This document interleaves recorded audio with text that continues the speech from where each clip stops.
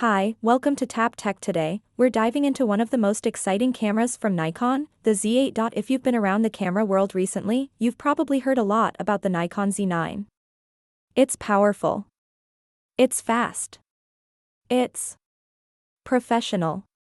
But it's also big and expensive. That's where the Nikon Z8 comes in. It's basically a Nikon Z9, just in a smaller body. Around 30% smaller. And almost 30% cheaper too, so you get nearly everything the Z9 offers, but in a package. That's more manageable and more accessible. That's a win, right? Now, just to be clear, I don't get to keep this camera. No money changed hands. Nikon doesn't get to review or approve this video. It's not sponsored by Nikon, but we do have a sponsor, and that's iFootage. I'll talk about their amazing new lighting gear later in the video. Right now, let's talk about the Z8. The Z9 in a smaller package. This camera is, in many ways, a Z9 in disguise. Most of the features are the same. The firmware is up to date.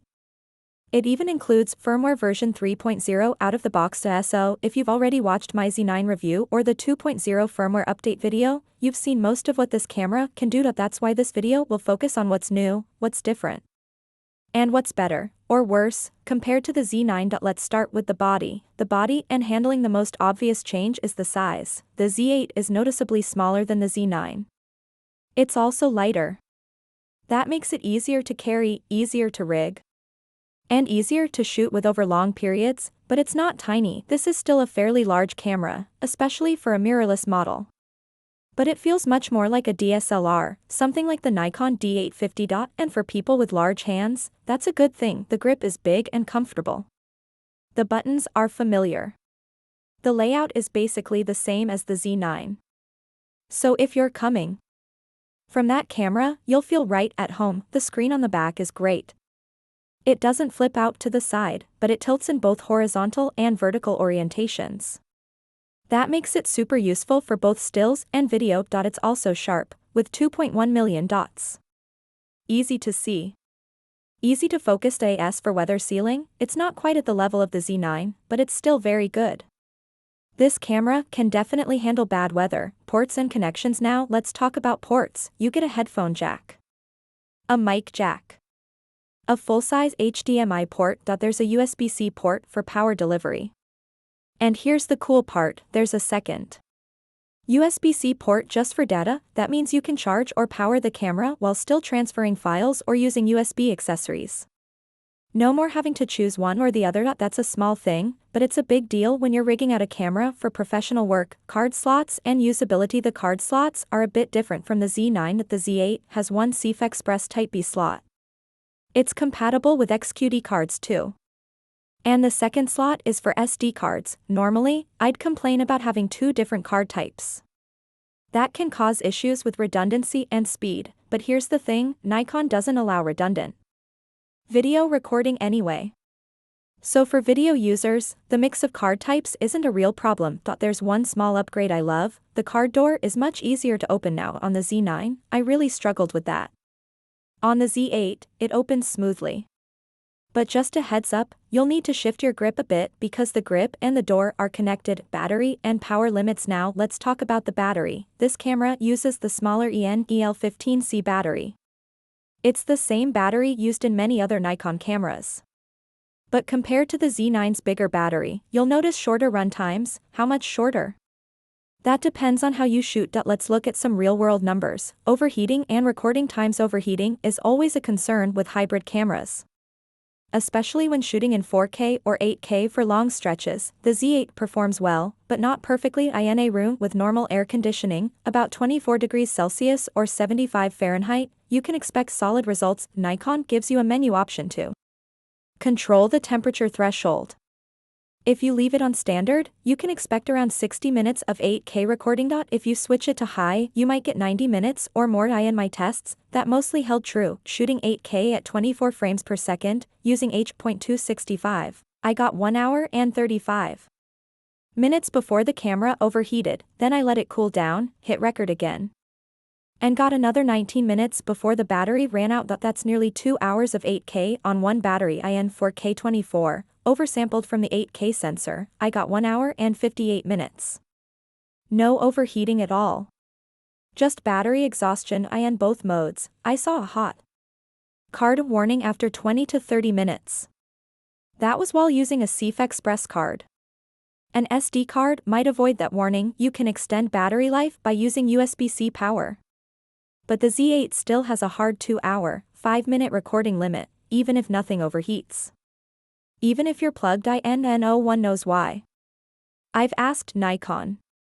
No answer yet, but at least the battery or the heat will usually stop your recording before that time hits.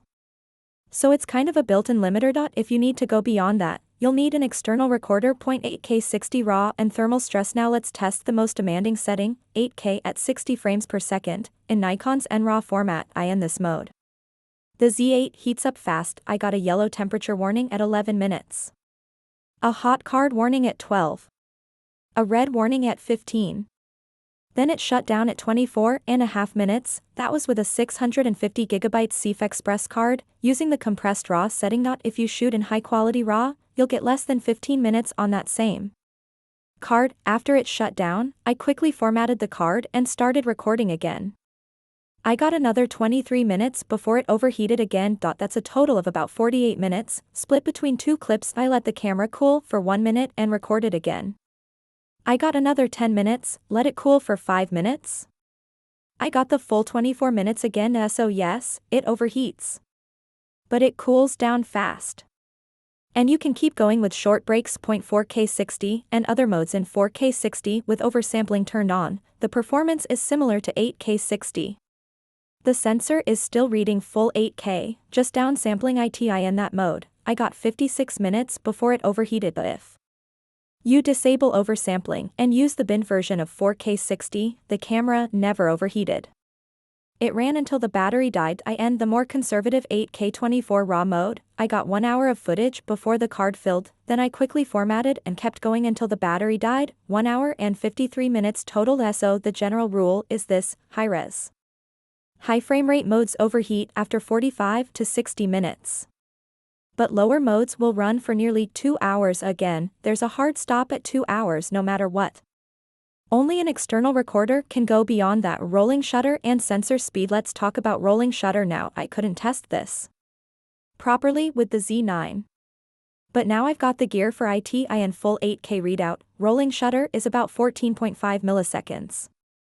Not the best, but very respectable for a full-frame 8K sensor. It's faster than many rivals. If you switch to 4K 120 or the non-oversampled 4K 60 mode, things get really fast. The readout drops to just 4.9 milliseconds. That's excellent. You'll see minimal skew even in fast movement. If you go to DX crop mode, 4K up to 60 frames per second gives you 9.6 milliseconds. At 4K 120, you get 6.6 milliseconds. So this is a fast sensor. Maybe the fastest in its class, especially for a high-resolution full-frame camera. I like that Nikon gives you a choice: higher quality with oversampling, or faster response with binning. More brands should offer that. Firmware 3.0 features. Let's go over the new features from firmware 3.0.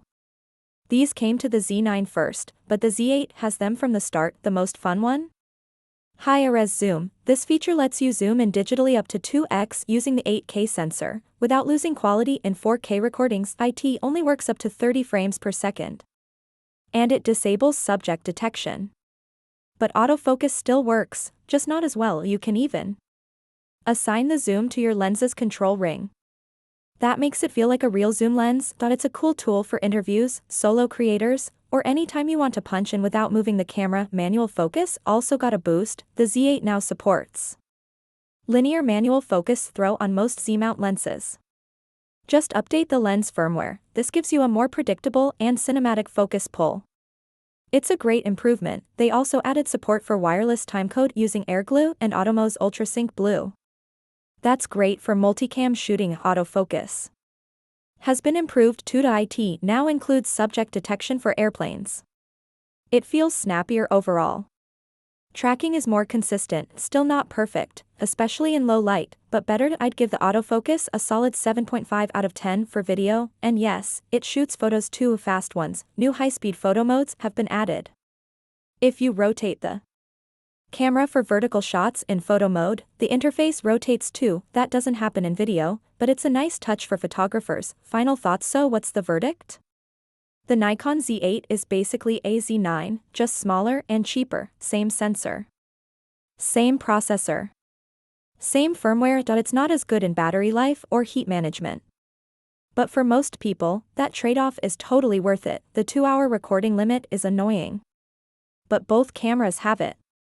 And most shooters won't hit that in one take. You can always add a battery grip or external recorder if you need more. For video shooters who want top-tier performance without breaking the bank or their back, the Z8 is a fantastic option. It's versatile.